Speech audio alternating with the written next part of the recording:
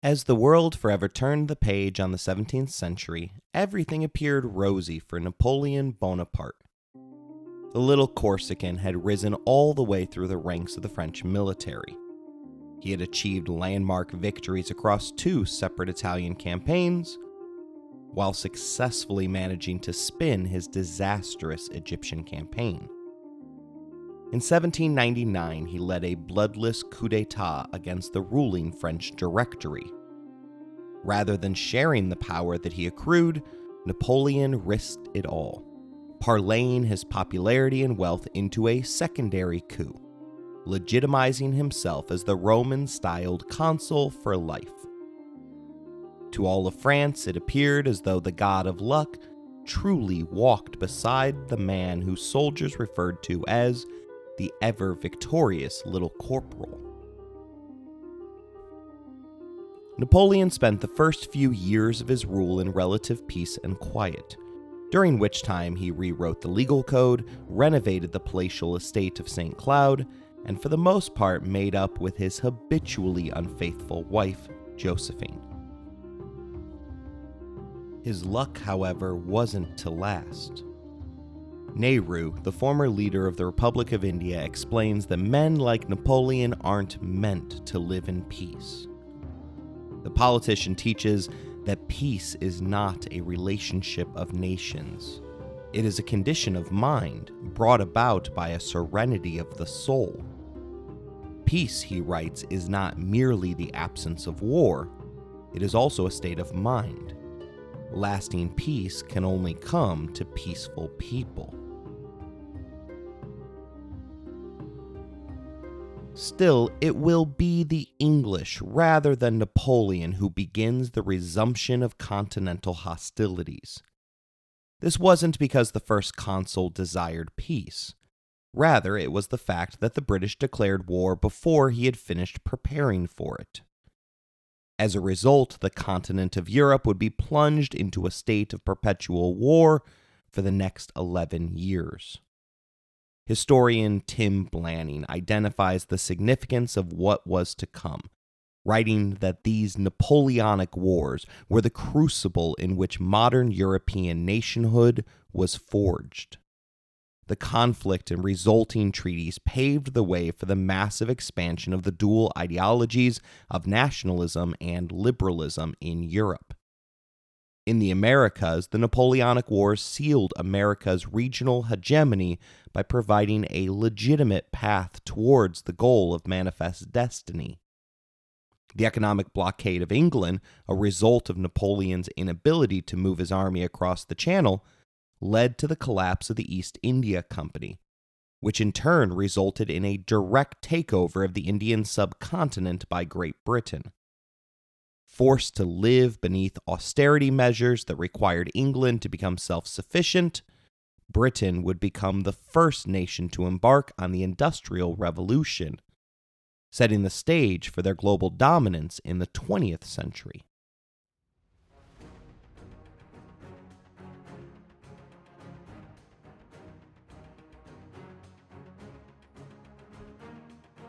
You're listening to Empires, Anarchy, and Other Notable Moments, a podcast designed for deep dives that assist in the teaching of history.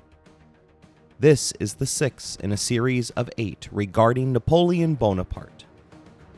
Episode number 6, King of Europe.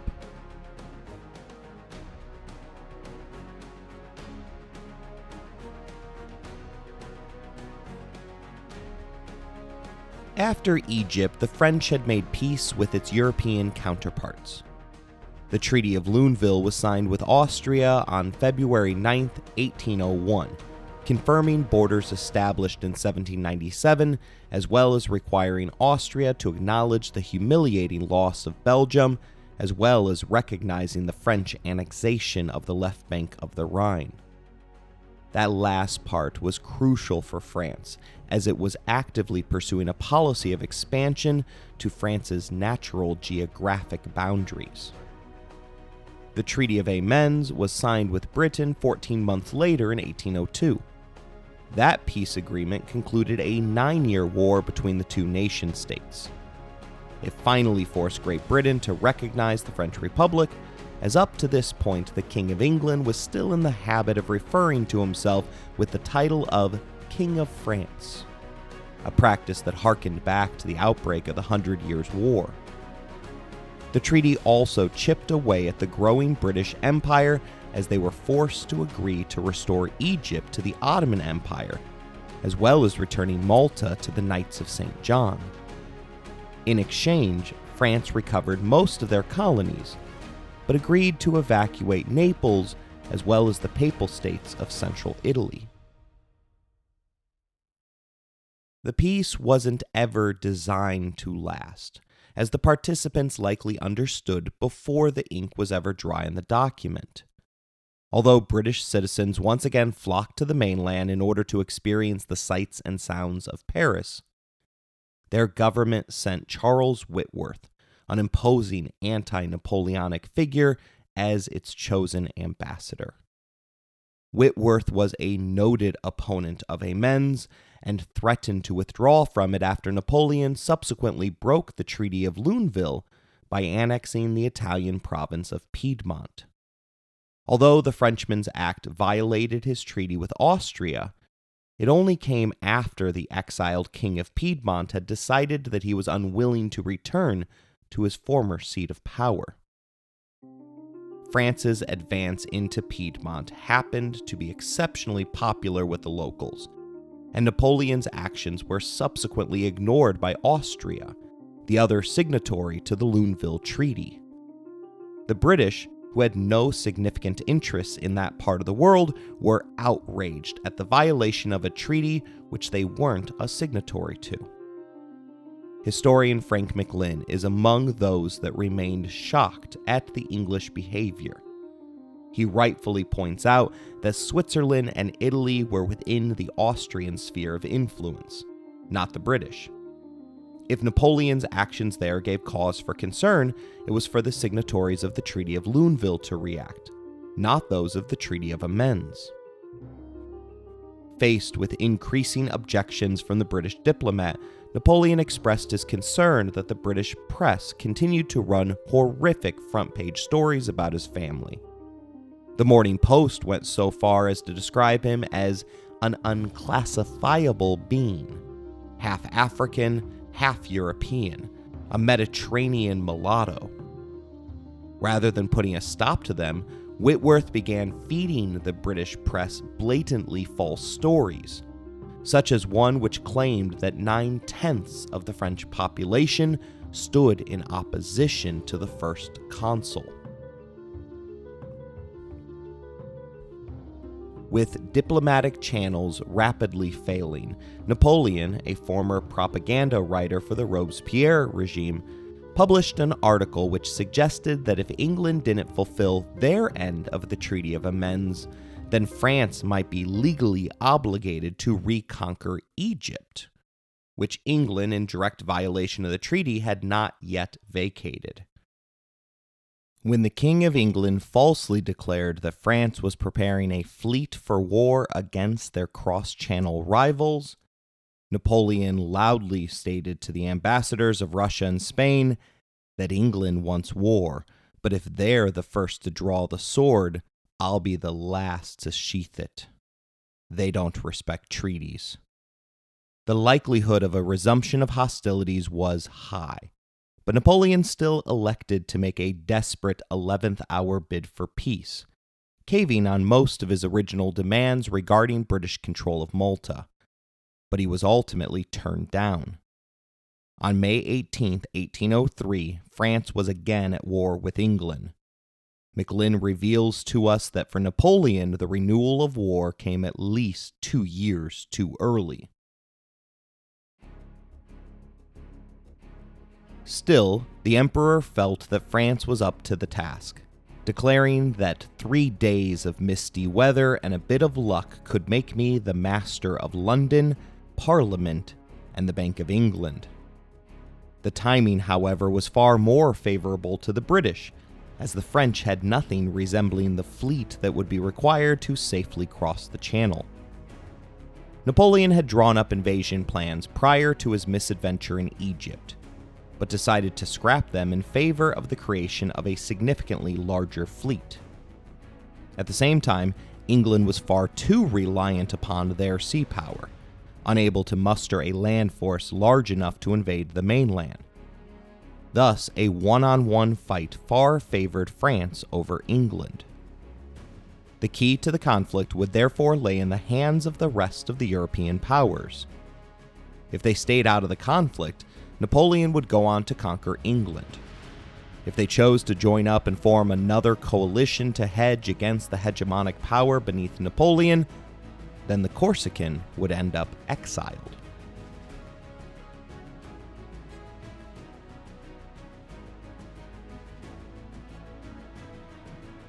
Before drawing in the other powers, England attempted to destabilize France from within. An assassination plot was uncovered in the fall of 1803. The plan was to kidnap Napoleon as he traveled between palaces in Paris. The plotters had successfully dug a tunnel between the main road and placed a barrel of gunpowder to blow up Napoleon's carriage as it passed overhead. However, the timing of the explosion was off, resulting in just a few innocent bystanders meeting a painful end. The plot included two of Napoleon's own generals, one of whom remained so popular that Napoleon was fearful to move against him, even after the evidence implicated him beyond a reasonable doubt. Instead, the first consul kidnapped the man whom the plotters sought to install on the French throne, the cousin of Louis XVI, a duke who was unlawfully taken in the middle of the night on March 20th, 1804. He furiously denied his role in the plot and demanded to speak directly with Napoleon. But the request was refused, and the royal was executed via firing squad by an ad hoc tribunal that had been set up in the aftermath. The first consul was out of patience, even refusing to listen to his wife Josephine, who desperately pleaded with her husband to spare the Bourbon's life. Meanwhile, one of the two generals implicated in the conspiracy took his own life, while the other was exiled. Macklin writes that Napoleon used the plot, regardless of the reality of the Bourbons' actual involvement, to become emperor. If he established a dynasty with hereditary succession, it would be pointless in the future for royalists to try to kill him. The legislative branch made that title official in May 1804. A vote was again confirmed via a referendum with 3.5 million yes votes, to only 2,569 against. Lacking a son born in wedlock, he designated his elder brother Joseph as his immediate heir.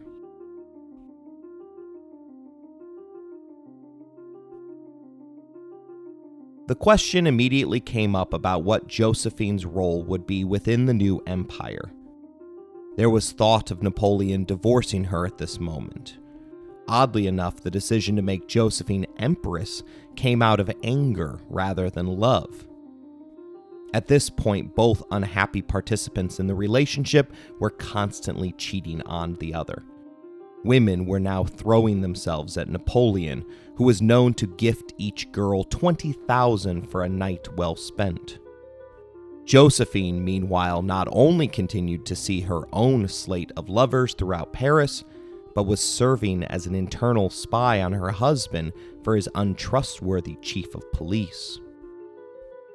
Her fate became sealed after Josephine barged in on Napoleon sleeping with a 20-year-old bureaucrat. Her husband smashed the furniture in a rage while demanding that he was tired of being spied on by a jealous woman who could not give him children. It appeared as though Josephine had finally gone too far. When your friend breaks up with someone whom you've never liked, you have to be careful about unleashing a tidal wave of insults, as breakups don't always hold up. Napoleon's family happened to despise his wife. When the story of their fight reached the streets of Paris, his brothers and sisters rejoiced at the collapse of his marriage. McLynn tells us that it was this eruption of joy out of his family more than anything else that made the stubborn Corsican trick the Pope into traveling to Fontainebleau, the traditional seat for the coronation of a French monarch, in order to finally marry Josephine in a proper religious ceremony. For his part, the Pope believed that he was coming to Paris in order to receive French concessions regarding a prior treaty. Instead, he became a mere pawn in the propaganda machine of the Bonapartes. Napoleon and Josephine were married for the second time on December 1st, but the groom still hedged his bets, barring any witnesses from attending while failing to invite his local priest. Each of these two facts would preserve a technicality in case Napoleon decided to abandon ship in a few months. The next day, he was officially crowned as the Emperor of France. Although the Pope presided over the ceremony, Napoleon famously crowned himself before next crowning Josephine.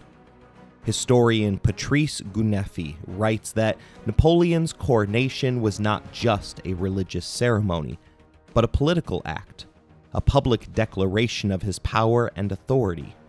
By crowning himself, he was asserting his legitimacy as a ruler and establishing a new dynasty. He then turned his attention to creating a new nobility of France, undoing all of the work that the revolution had accomplished by dismantling the ancient system of feudalism. By the end of the Napoleonic Wars, France would have named 31 new dukes, 450 counts, 1,500 barons and knights.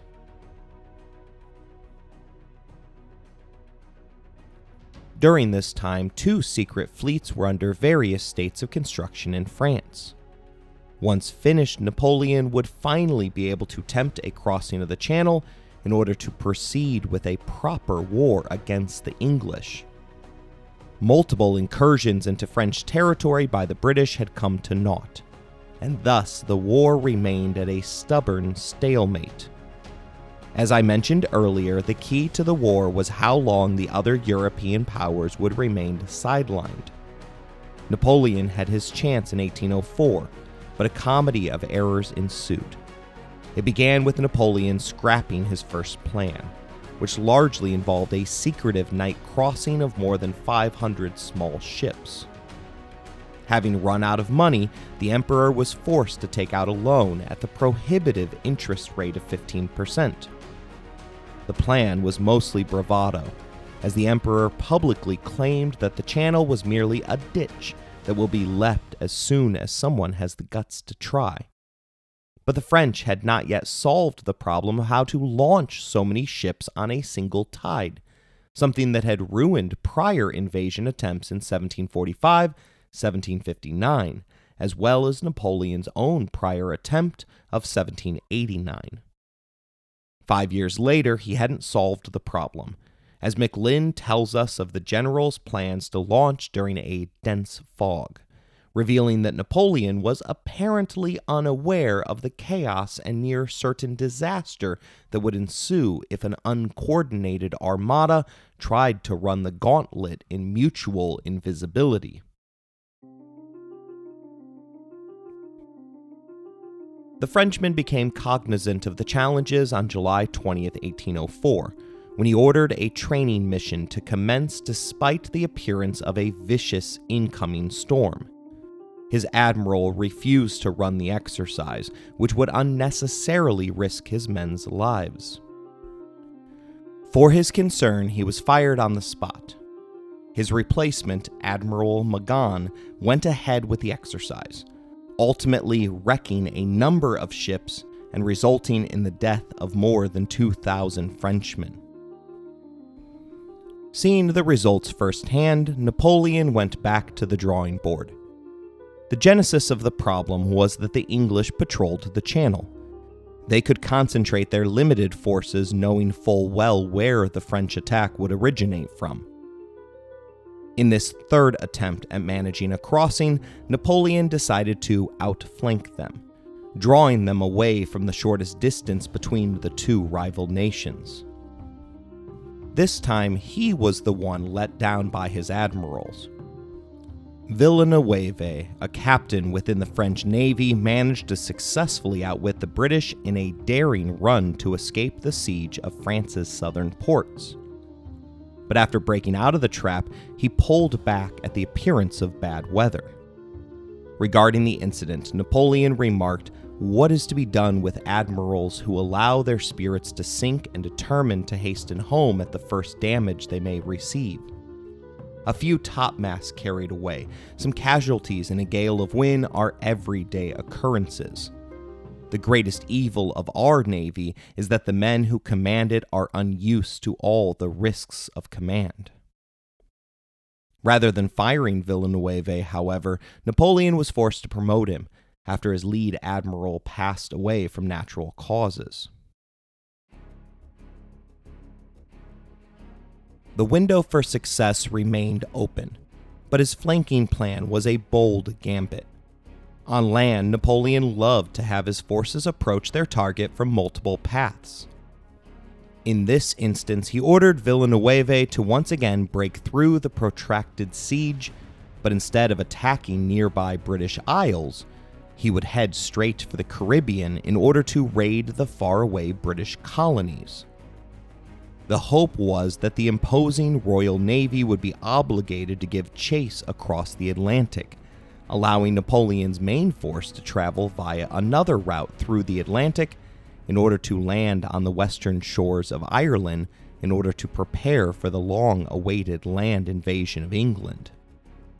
Incredibly, the gambit initially worked, as England's top admiral, Horatio Nelson, pursued Villeneuve all the way to the island of Barbados in the West Indies. But the hot pursuit messed up the French lines of communication, as Villeneuve was supposed to connect with Captain Mezeray in order to conduct a series of high-profile raids. Villeneuve, aware of the British ships trailing him, tried to outmaneuver Nelson by changing course and direction several times. But that resulted in a failure to connect with Mezeray's contacts at their planned rendezvous point.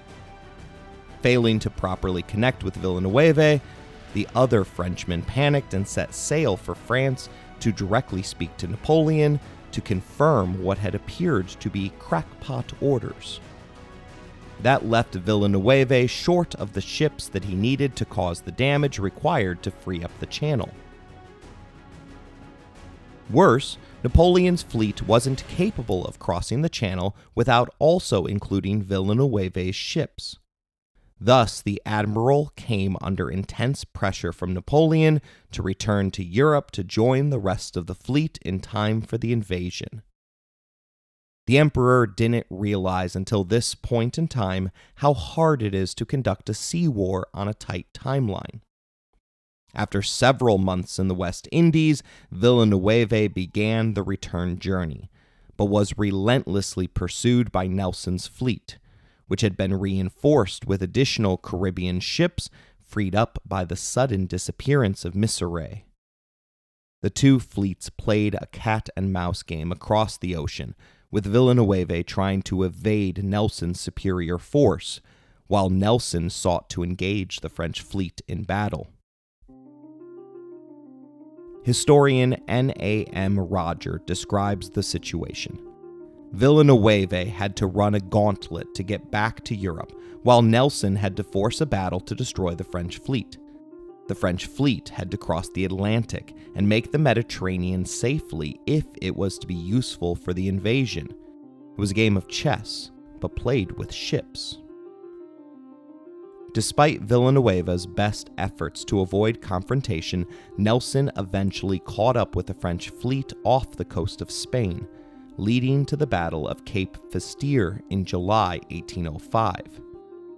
While both the French and Allied Spanish fleets managed to escape from Nelson, the engagement weakened the French position and ultimately left the Frenchman's fleet stuck in port.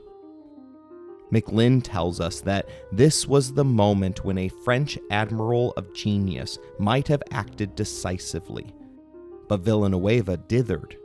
pointlessly having his ships repainted while complaining to all who would listen that French naval tactics were obsolete. Nelson, meanwhile, arrived at Gibraltar on July 20th and at once headed north to join his strength to that of Calder and Cornwallis. 36 battleships now barred the entry to the channel. The end result of all of Napoleon's convoluted and serpentine global feints and stratagems was that the Royal Navy was present in strength at exactly the right point to destroy his invasion plans. Napoleon immediately saw his plans were sunk, lamenting, "What a navy! What sacrifices, all for nothing! All hope is gone. Villanueva, instead of entering the Channel, has taken refuge in Cadiz. It is all over." He sent a letter to dismiss the admiral from the service. It was at this moment that Villanueva found his courage, driving the French armada out of port directly into the jaws of Nelson's forces.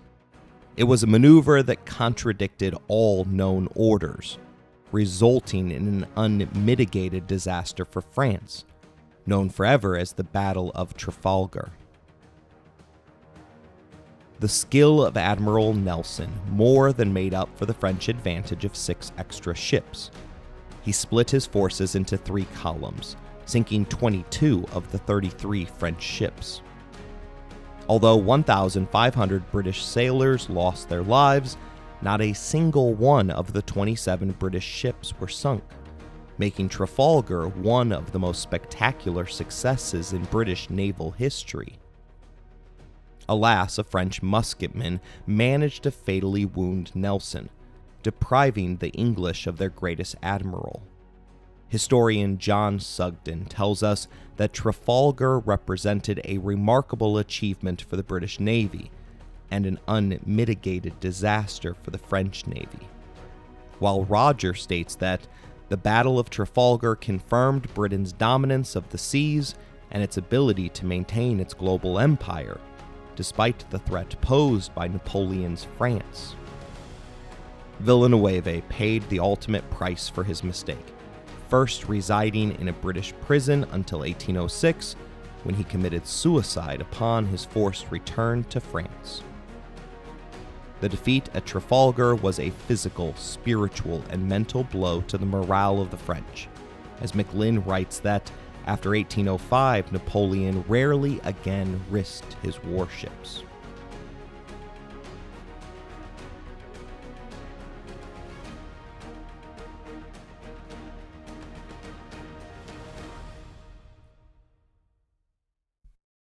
American President Ronald Reagan was speaking of the Cold War when he uttered the phrase, "We maintain the peace through our strength. Weakness only invites aggression." The thought remains applicable to France in 1805, as the European powers had begun to lose their patience with Emperor Napoleon. Austria had remained silent about it, but was privately fuming at Napoleon's annexations of territory residing within their sphere of influence. The Corsican went one step too far, however, by adding to his titles Emperor of Italy in Milan during a ceremony in May. His foreign advisor, Charles Talleyrand, who would soon turn into an Austrian spy, warned him to focus on maintaining positive relations with the Habsburgs, referring to them as the lodestone for which peace on the continent depended upon. Macklin explains that Austria ultimately joined the British-led anti-Napoleon coalition because of a patrician distaste for the new upstart empire and its bogus nobility. Russia's decision to engage France was a more complicated tale.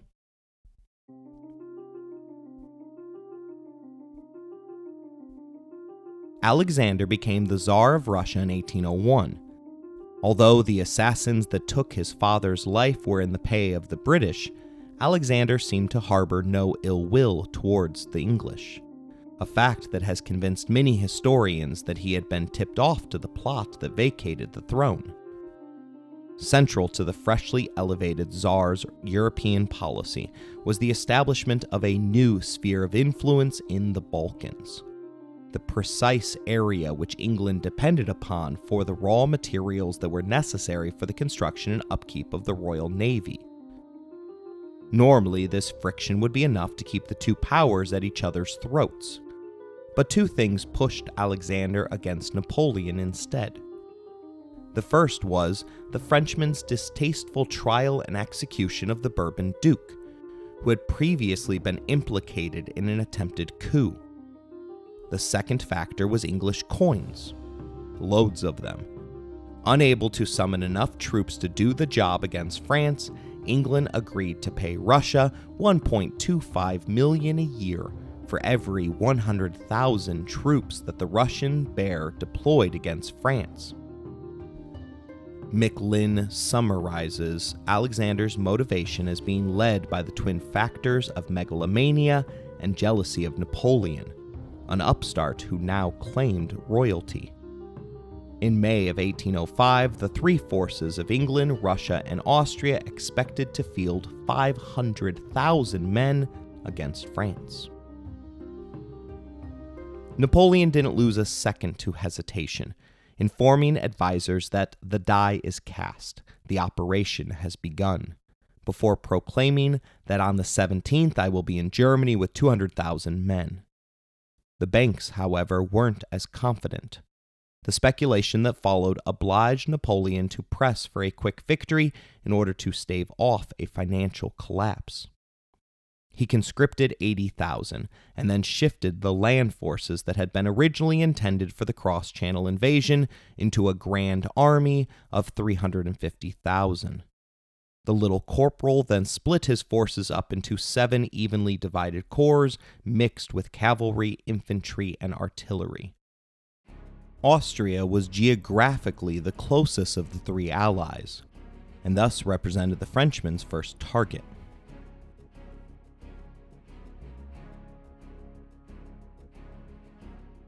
The Habsburgs had brawled with Napoleon twice before. The first time, the Frenchmen had been sent to northern Italy. The second war also occurred largely on the battlefields of northern Italy. Unknown to his enemies, however, was the fact that he had intended to make southern Germany central to that second fight. The same upstart general that had prevented the Germany route, however, happened to now be exiled due to his involvement in the previous assassination attempt. Believing that Napoleon would again draw from his prior playbook, Austria arranged their entire defense around Italy. Their mistake played directly into the Corsican's hands. He crossed the Rhine into Germany on September 24th. The advance was like lightning, crossing the Danube River without opposition and arriving before the Russians, who had been hindered by questions regarding who was actually in charge of the Allied forces. Each of Napoleon's separate corps had been routed along a separate path in order to avoid congestion and pressure on the land's limited food supplies. These marches covered 20 miles a day, oftentimes beginning at 4 a.m. in order to take advantage of the cooler morning temperatures. The army would stop and camp at noon, spending the rest of the afternoon foraging. By approaching from multiple directions, Napoleon was able to envelop the Austrian army, forcing their commander to surrender along with 50,000 men on October 20th. After writing home to Josephine that he had never been as tired as he was after the advance, he positioned his men towards Vienna, the capital of Austria's empire. His intention was to compel the Russians into a desperate attempt in order to rescue their allies' capital. But the Red Army wouldn't take the bait, allowing Napoleon to walk into the emptied seat of the Austrian Empire on November 12th, taking possession of 500 cannon and 100,000 muskets that had been left behind. As was his tradition, the married first consul found a local woman to his suiting and spent the night pretending as though he was the city's rightful ruler. Historian David Chandler details the restraint that was uniquely shown to his enemy's capital, writing that Napoleon treated Vienna, one of Europe's most elegant capitals, with a degree of forbearance that had been missing from his earlier occupations. He ordered that no wine or spirits be sold to his troops, and he put an end to the worst excesses of pillage and rape that had characterized previous occupations. While the obvious move might have been to continue advancing against the Russians, Napoleon's forces were exhausted, and another series of daring marches would risk stretching his own lines of communication too far. Thus, he lingered for 2 weeks in Vienna, attending concerts, operas, and balls, as well as visiting the city's famed museums and art galleries. He even held meetings with Austrian officials to negotiate a peace settlement. That last bit is quite a cocky feat, as it meant that he had to invite the Austrians into his city of Vienna for the negotiations. But there was no chance of a surrender while the Russian bear remained just outside of the city hunting for its prey. Napoleon again attempted to bait them into attacking on his terms. First, he diluted his forces by sending 1/3 of his army into what became the Czech Republic. The calculations now showed the Russians with a significant numerical advantage outside the village of Austerliz, 89,000 to 53,000. Again, however, the bear wouldn't take the bait. Napoleon next used the negotiations with Austria to encourage Russia to attack, feigning weakness during the meetings by displaying an over-eagerness to be done with the conflict. He even feigned confusion, hoping that the enemy would believe that the little corporal had finally lost his wits. Alas, his performance wasn't worthy of an Oscar. Still unable to tempt his enemy into making an assault, he risked exposing his line of retreat, allowing the second-rate Russian commander to believe that he could successfully envelop the French forces. In reality, Napoleon had chosen the ground, the date, and the means to turn the tables on his opponent, as 2 of his 7 divisions were just arriving to the designated battlefield via separate, undetectable routes. McLynn tells us that the bait was obvious, and perhaps too obvious, but the Allies took it. The battlefield was covered in dense fog on the morning of December 2nd, as the Russians made their long-awaited enveloping move at 4 a.m. Napoleon, the Emperor of France and Italy, patiently sat in the center of the trap, calm as can be. 4 hours into the battle, one of the 2 surprise French regiments emerged on the Russian flanks. At 9 a.m., Napoleon signaled a surprise advance, as the second new force emerged, splitting the Russian forces at the same time that the sun managed to finally break through the morning's fog. Napoleon, the former artilleryman, turned to the cannons, shooting holes into the frozen lake, drowning the Russian forces that had unwittingly been sucked in too far on a ground that they hadn't properly scouted. McLynn summarizes the day's actions by writing, "At Austerlitz, Napoleon won his most perfect victory. This battle was to him what Gaugamela had been to Alexander, Cain to Hannibal, and Alesia to Julius Caesar. For the loss of 1,305 Frenchmen and 6,940 wounded, he had inflicted 11,000 Russian casualties and 4,000 Austrian. He had also captured 40 colors and taken 180 cannon from his enemies.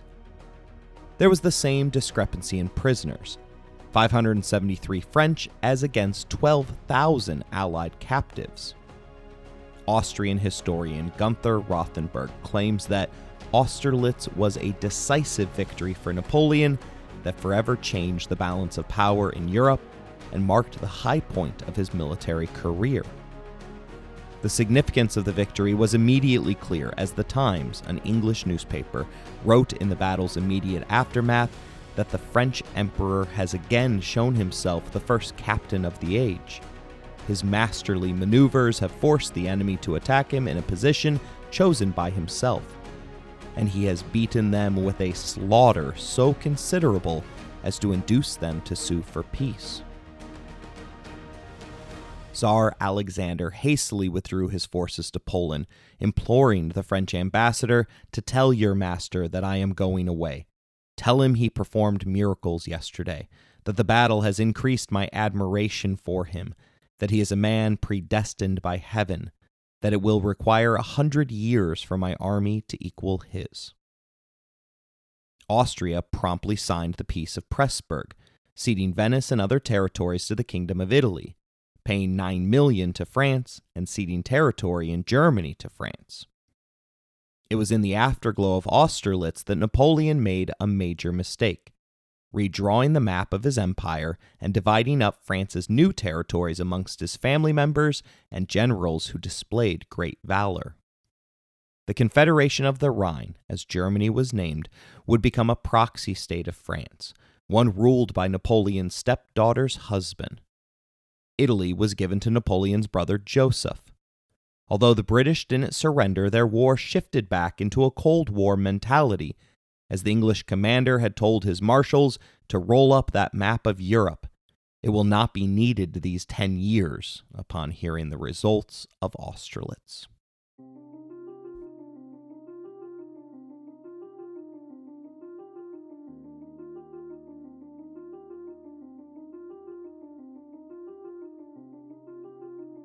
Imam Ali teaches us that two things define you: your patience when you have nothing, and your attitude when you have everything. Rather than enjoying the relative peace that came in the aftermath of Austerlitz, keep in mind that England technically remained at war with France, Napoleon picked fights with the Pope in retaliation for the pontiff's decision to maintain neutrality during the conflict. The emperor outlined his expectations to a loyal cardinal, revealing that, for the Pope, I am Charlemagne. I therefore expect to be treated from this point of view. I shall change nothing in appearance, if they behave well. Otherwise, I shall reduce the Pope to be merely Bishop of Rome. The Frenchmen then unnecessarily violated Prussian neutrality. The reason for the incursion was merely because Napoleon could, as Prussia was devoid of allies at this particular moment. He offered them a take-it-or-leave-it peace agreement that stripped the proud nation of its most important territories. Fearing that he had no other choice, the Prussian emperor took the deal. But after it became known that the French were willing to literally trade their kingdom for a British peace agreement, the Prussian queen inspired an insurgency.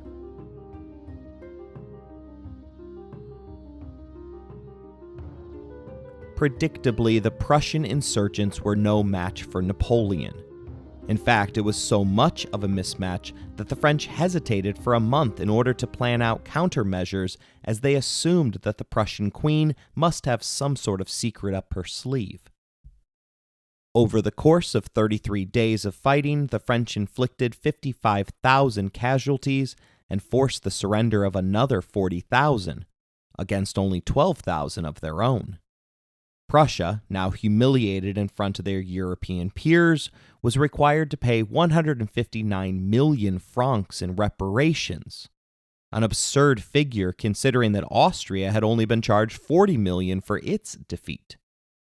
The emperor also obligated them to join in his continental blockade of England, which began in November of 1806. Historian Andrew Roberts tells us that the 33-day war was a watershed moment in European history. It marked the end of the old order and the beginning of a new era dominated by Napoleon and the French Empire. From Berlin, the Corsican moved on to Warsaw, invading the small Polish kingdom while dangling the carrot of independence if they would only field 40,000 troops to fight beneath his direction. He also made inroads with the Ottoman Sultan, in hopes that the Turks would join him when hostilities with the Russians began anew, as Napoleon was slowly encroaching eastward into their sphere of influence.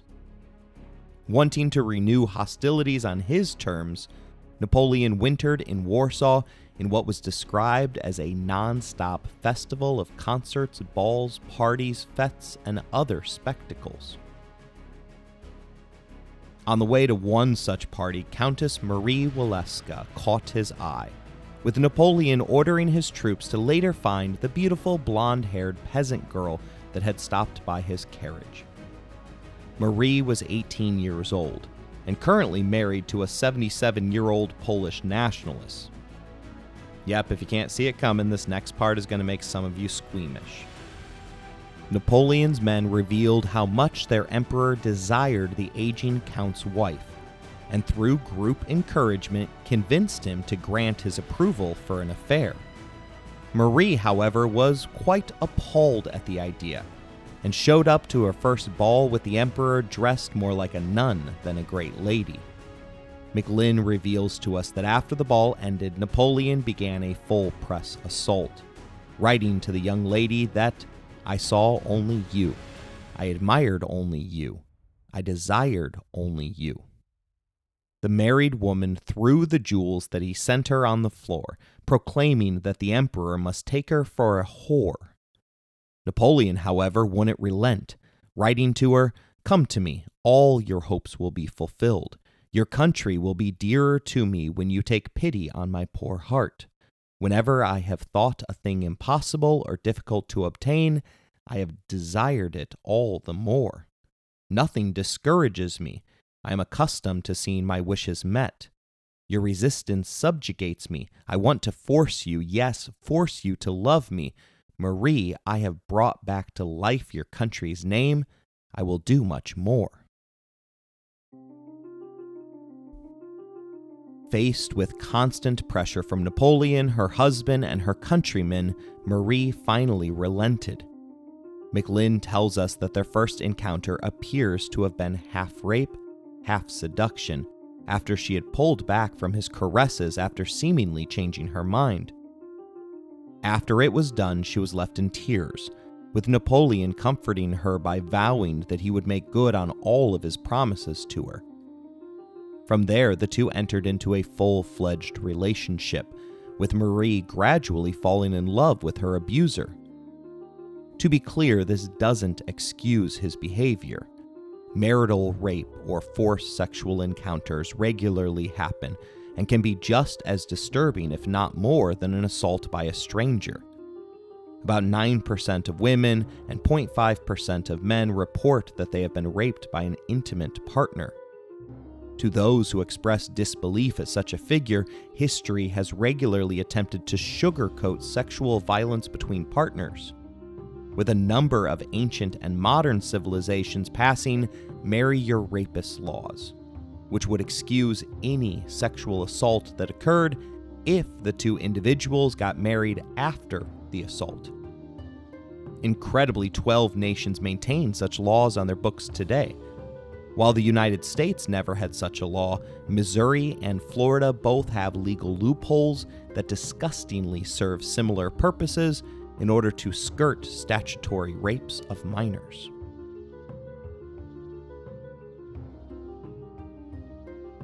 Perhaps if Napoleon hadn't been distracted with Marie, he would have realized that the tenets that made his system of warfare so effective weren't possible in this part of the world. Eastern Europe didn't have the pre-built infrastructure necessary to move such large armies, particularly ones that were dependent upon heavy artillery. McLynn tells us that cold, rain, snow, quicksands, inadequate supplies, and guerrilla attacks by Prussian partisans all worked against Napoleon. Even the sun seemed to have turned against the French, as an earlier than usual nightfall cost him multiple decisive victories. Concerned with Napoleon's growing dominance in Europe, as well as his encroachment into their backyard, the Russian Tsar relaunched his war against France, placing the campaign in the capable hands of General Bennigsen, whom historian Jeremy Black called an able commander, an intelligent and resourceful man, and a master of the defensive. Bennigsen's skill was on full display at the Battle of Eylau, which began as a small skirmish before turning into a bloodbath. McLynn writes that after 14 hours, tens of thousands of corpses littered the field, where the deep whiteness of the snow was stained, streaked, and saturated with blood. 25,000, one of every 3 Frenchmen, made the casualty list, while the Russians only lost 15,000. The French surgeon described the scene as thus: "Never was so small a space covered with so many corpses. Everywhere the snow was stained with blood. The snow which had fallen and which was still falling began to hide the bodies from the grieving glances of passer-bys. The bodies were heaped up wherever there were small groups of firs behind which the Russians had fought. Thousands of guns, helmets, and breastplates were scattered on the road or in the fields. On the slope of a hill, which the enemy had obviously chosen to protect themselves, there were groups of 100 bloody bodies, horses, maimed but still alive, waited to fall in their turn from hunger on the heaps of bodies. We had hardly crossed one battlefield when we found another, all of them strewn with bodies." The French emperor retreated into the arms of Marie and suspended operations from February 1806 to June 1807. During that time, Napoleon raised his forces to 600,000, having called up 6 new divisions. 1/4 of those men amassed in Poland, outnumbering the Russians assembled against them by a 2-to-1 margin. Napoleon finally managed to trap Bennigsen's forces against a river and achieved a decisive victory for the first time in 4 tries. The loss forced Czar Alexander to begin negotiations with his French counterpart. With neither ever having set foot on the other's territory, they agreed to meet in the middle of a river. The meeting couldn't have gone better, with the Russian ruler introducing himself by stating, "Sire, I hate the English as much as you do." To which Napoleon responded, "In that case, peace is established." A bromance quickly emerged, with Napoleon raving that Alexander was as beautiful as the god Apollo. It is clear the personal rapport between the 2 men eased tensions and paved the way for the Treaty of Tilsit. But how could 2 leaders who had previously been sacrificing the lives of tens of thousands of their citizens in order to oppose the other get along so swimmingly? It just so happened that the Tsar was a schizophrenic who experienced frequent mood swings. Thus, it is possible that Napoleon just happened to have met him on the right day. For the vain Napoleon, compliments from his counterpart, such as "there is no one like him in Europe," surely smoothed the way to an agreement. McLynn reveals to us that the Treaty of Tilsit gave the Tsar a free hand against European Turkey and Finland. Russia would join Napoleon's blockade of Britain. The Russian Navy would help France capture Gibraltar. A separate agreement was signed with Prussia, which saw Napoleon's less competent brother Jerome installed as their king. For the better part of the next 2 years, Britain was forced to focus its war efforts on Russia and the Baltic states, whose abundant natural resources were essential to the continued success of the Royal Navy. Thus, Napoleon again faced an inflection point. He could return to France and be content with an empire that essentially included all of continental Europe, or he could continue to demean and belittle those around him. McLynn reveals that he chose the latter, writing that, at Tilsit, the emperor crossed an invisible Rubicon. He thought himself poised on the cusp of permanent European hegemony, but was about to start sliding down a slippery slope whose end would be disaster.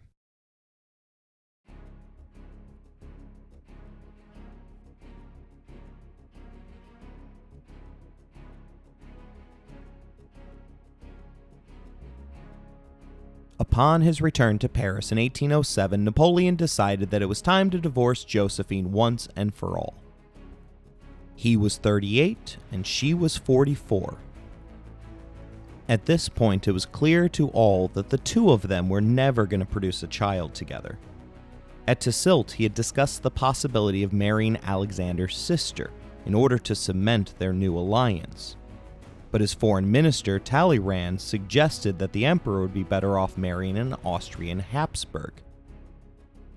Despite the public talk regarding his next wife, Napoleon cowardly hesitated handing Josephine her walking papers, writing of his wife that, "I truly loved her, although I didn't respect her. She was a liar and an utter spendthrift, but she had a certain something that was irresistible. She was a woman to her very fingertips." It also didn't help that the notoriously superstitious general viewed her as his good luck charm. Although his heart clung onto Josephine, his loins urged him to bring in Marie from Poland in 1808.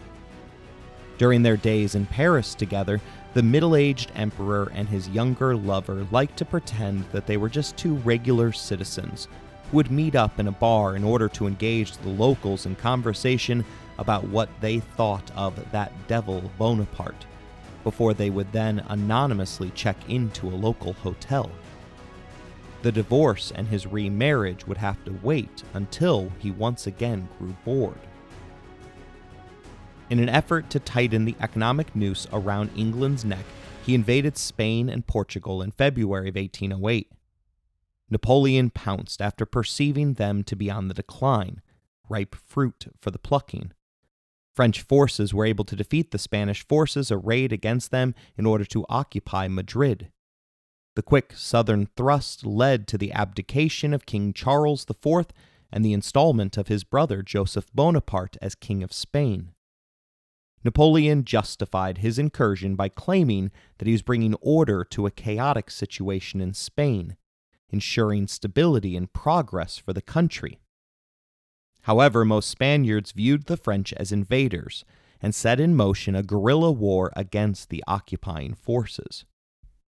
England sent 9,000 soldiers in support of the insurrection, which would plague the entirety of Joseph's rule on the Iberian Peninsula. The conflict between the two sides was brutal, during which 10,000 POWs were stranded on a barren island left to starve to death.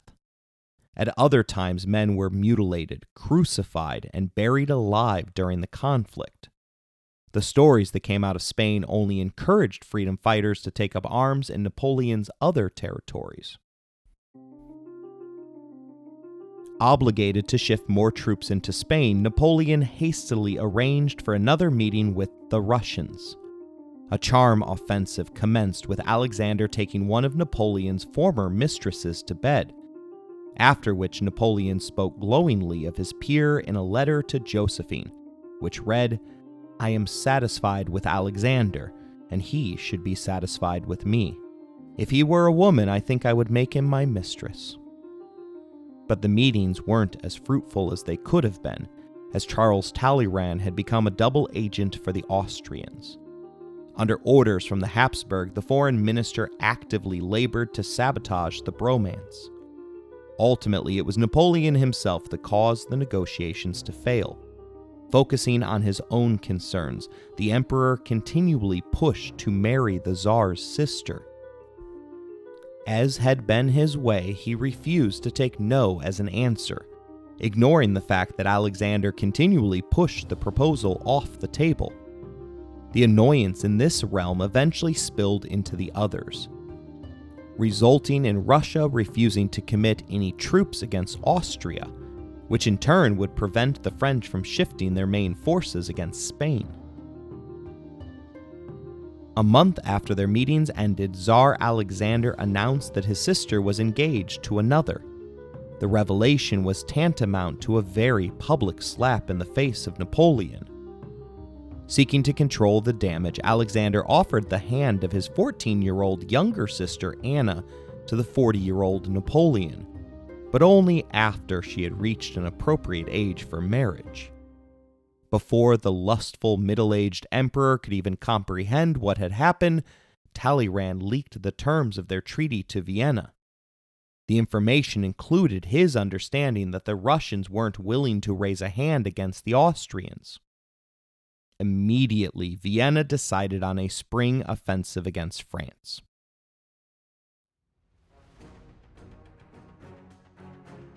While the Austrians prepared for a resumption of hostilities, Napoleon went to war in Spain in an attempt to swiftly pacify the growing rebellion.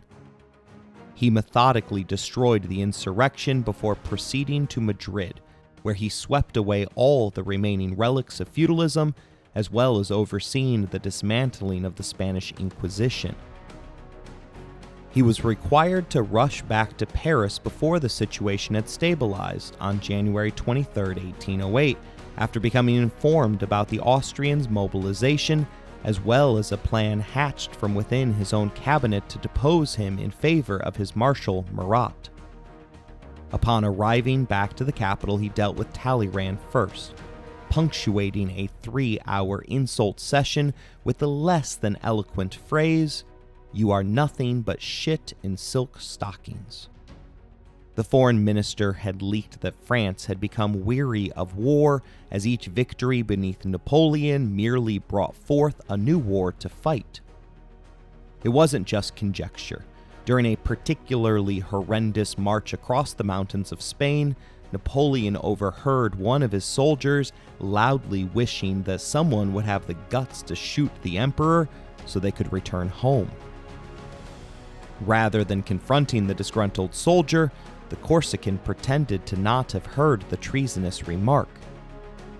Spain's backbone, as well as a resurgent strand of nationalism in Germany and Prussia, had given Austria the belief that the fourth time against Napoleon might be the charm. Most importantly, the Austrians had studied the Little Corporal's tactics, setting up their forces to mimic Francis.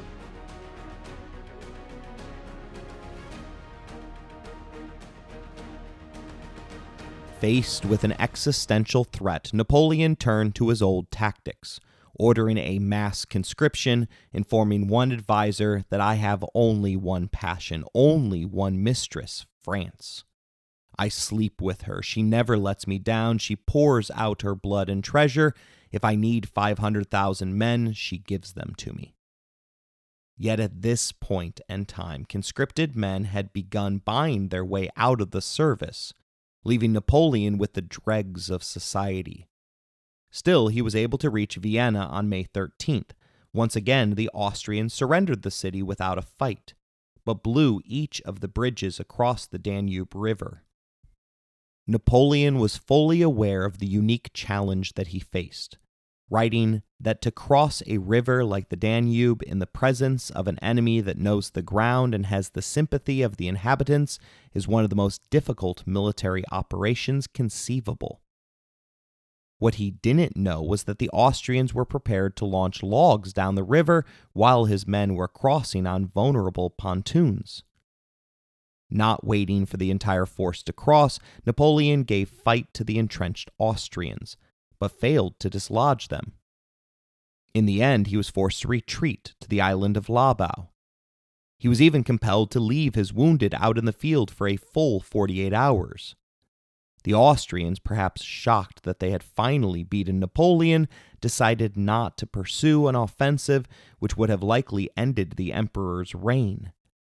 They had, however, again pierced the cloud of invincibility that Napoleon had shrouded his personality cult in.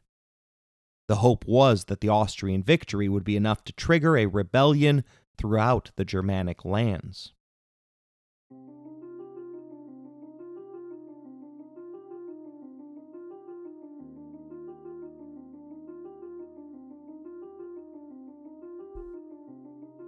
My kids play a lot of video games, despite the fact that they probably aren't old enough for many of those games. When they struggle with a puzzle or a level, they get incredibly frustrated. Rather than calming down, they often rush headlong into the game, causing them to make more and more simple mistakes, only increasing their frustration level until they finally crack and have a massive meltdown. The French forces remained trapped on the island of Eylau for a month, ringing it with enough cannons to make it impossible to reach Napoleon. McLynn then explains that Napoleon painstakingly built proper bridges across the Danube, which would be invulnerable to anything but actual Austrian occupation. Isolated on the island for a month, by the end of June he had constructed 5 more bridges across the Danube, 3 of them to Lubau, and built stockades pile-driven into the riverbed upstream to block the passage of fireships or floating logs and hulks. Additionally, he stationed a fleet of naval gunboats on the river. Amazingly, the Austrians remained inactive in face of this buildup, waiting for the general German uprising which never came. On July 4th, the Corsican broke out of his island hideaway. An intense 6 hours of nonstop fighting resulted in the French evacuating the island. But it wasn't a decisive victory, as the Austrians withdrew in good order, without abandoning any of their big guns or standards. For their part, the French army was too exhausted to pursue the retreating Austrians. 2 weeks later, the Habsburgs asked for a ceasefire. According to historian David Chandler, the Austrian army was not ready, and its finances were not in a state to sustain a major campaign. Ultimately, their plans had hinged upon other rebellions rising up, but they had acted before securing the proper assurances. They drew out the peace negotiations while the British attempted to invade Walcheren Island in the Netherlands. But the 40,000-strong British force suffered from an epidemic that arose from the island's poor sanitation systems. Napoleon once again settled down in Vienna during the negotiations, impregnating a local mistress while receiving the good news that his mistress Marie was also expecting a Bonaparte child. The 2 acts made it clear that Napoleon remained capable of producing a child, and thus the subject of Empress Josephine came back into the forefront of the emperor's mind. If he cared merely about love, then Napoleon would have married Marie, who successfully gave birth to their son, a boy who was quickly identified as the future king of Poland. The Emperor of France, however, had come from a minor noble family in backwards Corsica. Growing up, he had despised the fact that his fellow cadets at Brienne had continually rubbed their noble French heritage in his face. Napoleon wanted to belong, not just because he was phenomenal at commanding men in battle, but because others viewed him as legitimate. Thus, he looked to 2 of the old guards of royal families for Josephine's replacement, the Russian Romanovs and the Austrian Habsburgs. He again inquired as to the availability of Alexander's younger sister, who was now 16, but was again rebuffed at the appropriateness of a 16-year-old getting hitched for the sole purpose of getting knocked up by a middle-aged warmongering Frenchman. Rebuffed, he turned to the Austrians. The decision that followed is baffling on all fronts. The Austrians decided to sacrifice one of their own to the man whom they had stylized as an ogre for the better part of 2 decades. One courtier explained the marriage by stating that it was sometimes necessary to sacrifice a virgin to the Minotaur. The French populace were also left flummoxed, as the designated bride was announced to be Marie-Louise, the niece of Marie Antoinette. Macklin remarks that to the French it seemed like the final abandonment of revolutionary principles, for what could be more blatant than another Austrian marriage? But all Napoleon saw was a walking womb. The girl was 18 years old and remained certified as a virgin, having never been left alone with a man. Her mother had produced 16 children, and although she had a trace of the dreaded Habsburg jaw, she was known for a spotless track record of good health. But there remained one problem. Napoleon was still married to Josephine.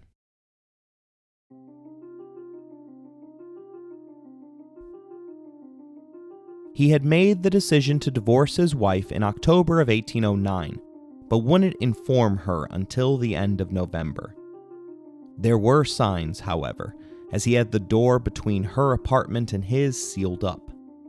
Although she sought to talk to him, he refused to meet with her for 3 weeks, purposefully spending time doing things that she was known to deplore, such as the time that he and his buddies spent the day slaughtering 80 wild boar in a Roman-style arena. Proving that even emperors aren't all-powerful, he encouraged others to break up with her for him, but was refused by all of his subordinates. He finally worked up the courage to tell her that it was all over while out for dinner on November 30th.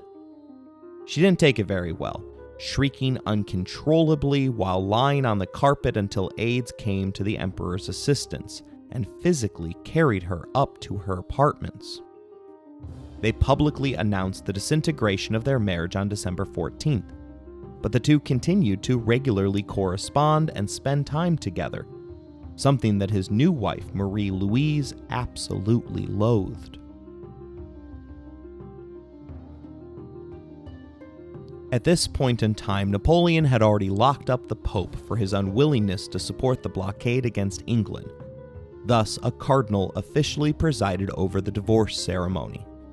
The emperor did everything by the book this time around, as he mistakenly believed that the second marriage was the ceremony that would result in the rest of Europe accepting him and his rule. Any cardinals that refused his invite to the wedding were hauled off to jail. The two were initially married by proxy, after which the newlyweds were free to consummate the marriage. Proving that he was indeed a scoundrel, Napoleon kept on with his current mistress, an Italian, all the way up to the night before the ceremony. The emperor wrote of his first evening with his second wife the line that, "She asked me to do it again." The subsequent public ceremony happened across 2 days at the beginning of April. Proving that he was tone-deaf to the past, the proceedings followed the precise format of the wedding ceremony between Louis XVI and his Austrian bride, Marie Antoinette. For 3 months, the two remained in honeymoon mode, and by autumn, the couple were expecting a baby. The labor was difficult, with his doctors at one point telling Napoleon that it might come down to saving his wife or the child. Despite the fact that the entire point of the marriage was to have a proper, noble child, Napoleon chose to save his wife. Thankfully, it didn't come down to that, as the doctors were able to save both. Although the baby was initially thought to have been born stillborn, it let out a loud cry a few minutes after entering our world. They named the boy Francois Charles Joseph Bonaparte. 100 cannons rang out to announce the birth of the heir.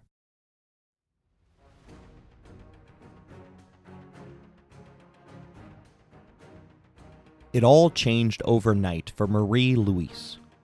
Napoleon quickly returned to his prior habits regarding work and mistresses.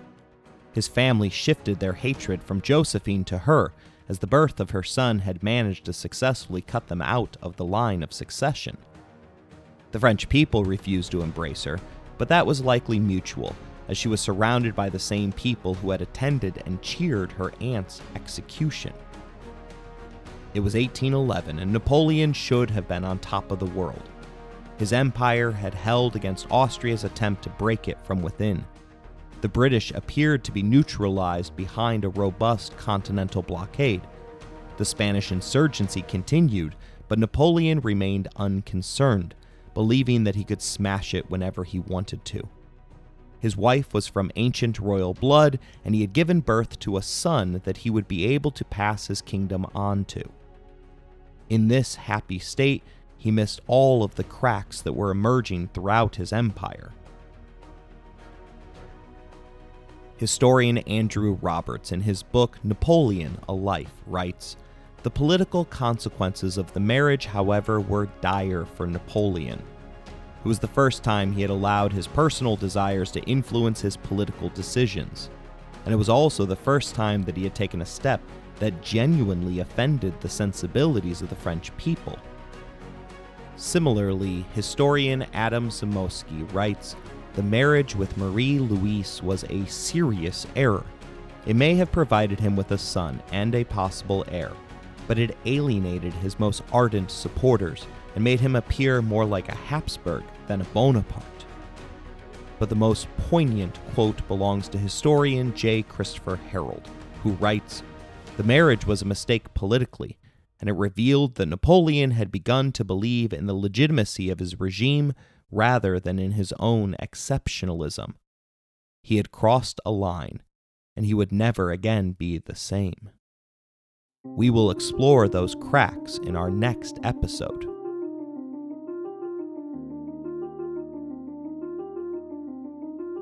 I hope you enjoyed this episode. If you want to interact with the show, you can email us at resourcesbylowery@gmail.com. If you would like to financially support the show, please look in the show description for more information. As always, thank you for listening, rating the show, and spreading the word.